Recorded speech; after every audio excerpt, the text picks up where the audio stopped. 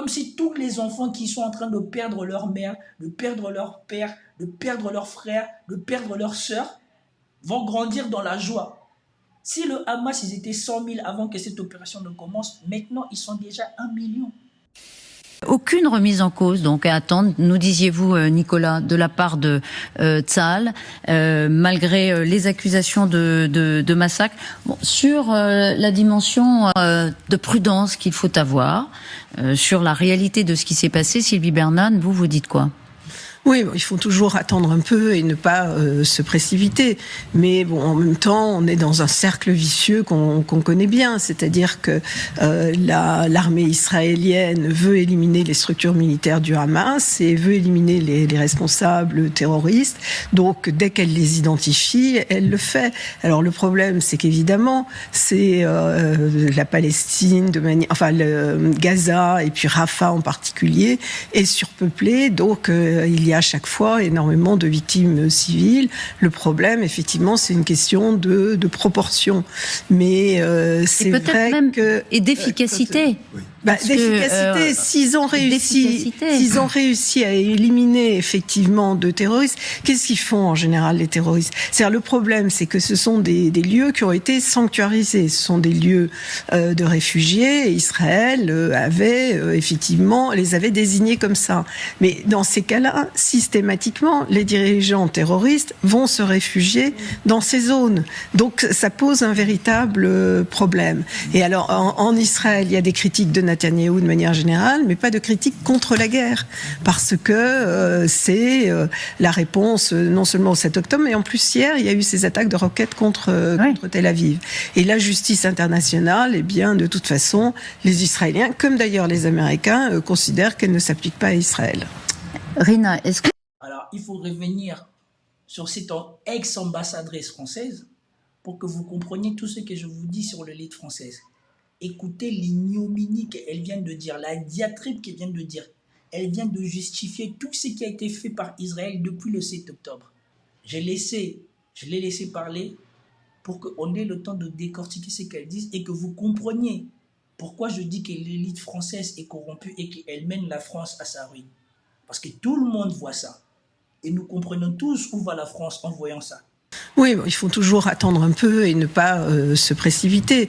Mais bon, en même temps, on est dans un cercle vicieux qu'on connaît bien. C'est-à-dire que l'armée israélienne veut éliminer les structures militaires du Hamas et veut éliminer... L'armée israélienne veut éliminer les structures du Hamas. 2 personnes dans un camp du réfugié, c'est une structure militaire, ça ? Depuis le début, ils ont dit qu'ils allaient nous montrer des structures logistiques et tout ça du Hamas. On a vu quoi ? On a vu quoi d'important ? Toutes les images qu'ils nous ont vendues, ils n'ont jamais pu prouver la moitié de ce qu'ils avaient avancé. Ils sont pires que les Américains. Les Américains, au moins, ne parlaient pas de « on vous montrera ». Ils n'ont pas trouvé les armes de destruction massive, ils se sont tués dessus. Eux, tous les jours, jusqu'à aujourd'hui, ils continuent à nous dire qu'ils veulent éliminer les structures du Hamas. Comme si ça sera possible. Comme si tous les enfants qui sont en train de perdre leur mère, de perdre leur père, de perdre leur frère, de perdre leur sœur, vont grandir dans la joie. Si le Hamas, ils étaient 100 000 avant que cette opération ne commence, maintenant, ils sont déjà 1 million. Parce qu'il y a tous les personnes qui ont perdu des êtres chers qui seront potentiellement favorables au Hamas après, ou en tout cas à ce que ce conflit ne s'arrête pas. Mais il y a tous ceux qui vivent cette souffrance, ces déplacements. Il y a tous ceux qui vont survivre à ça. Croyez-vous que quelque chose de comme ça soit pardonnable ? Ils sont en train de vivre dans l'illusion. À chaque bombe qu'ils font tomber, ils doivent, au pire, fabriquer le double de membres du Hamas ou de futures personnes qui voudront la fin d'Israël parmi la population du Hamas, parmi la population de Gaza. Quand je pense que ça, c'est une ambassadrice, je ne comprends pas. Les responsables terroristes, donc dès qu'elle les identifie, elle le fait.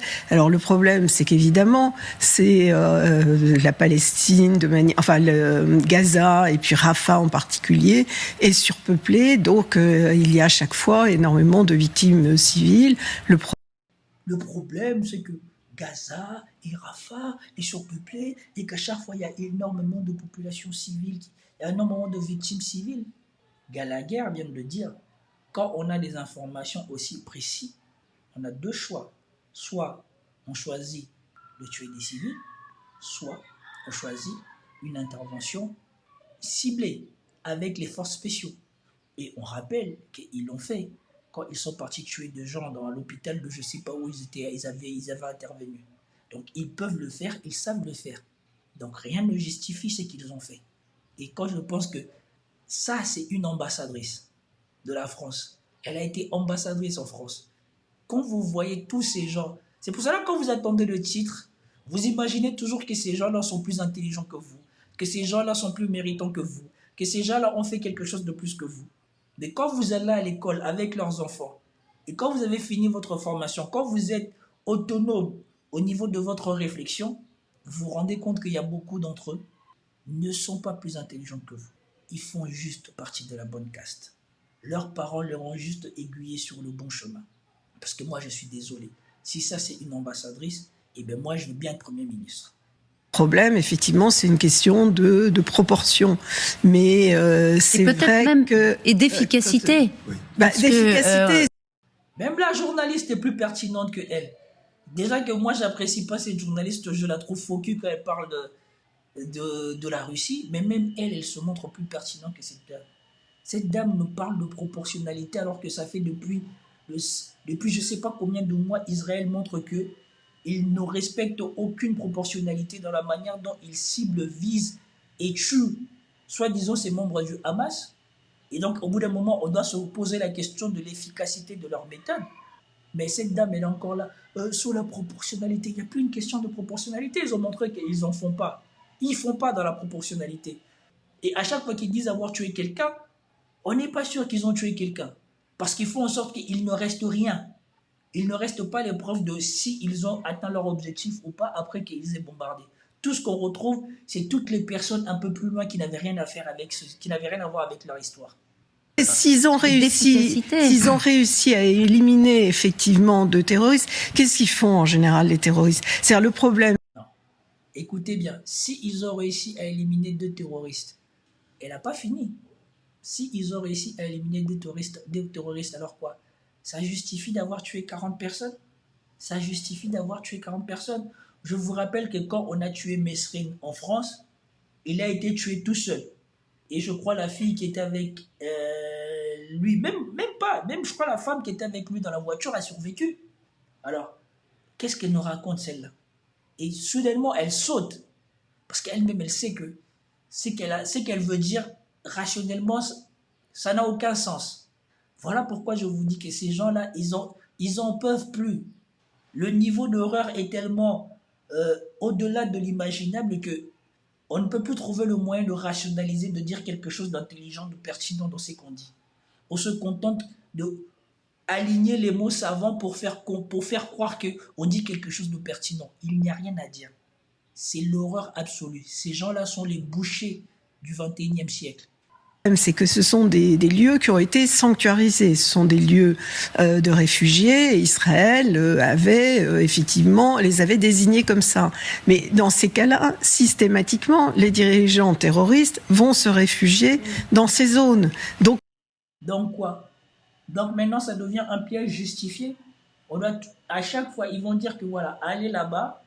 Et quand ils vont aller là-bas, ils vont tirer là-bas, ils vont dire bon, c'est parce qu'on avait repéré des personnes là-bas. Donc maintenant, c'est devenu une méthode pour abattre les membres du Hamas. On va désigner un endroit sanctuaire, et quand vous allez arriver dans l'endroit sanctuaire, on va identifier des terroristes parmi vous, et on va tirer, on va éliminer 50 d'entre vous. C'est ça le raisonnement d'une ex-ambassadrice. Après, vous vous demandez si quelqu'un comme ça peut vous apporter quoi que ce soit de pertinent comme analyse quand elle vient sur ce plateau.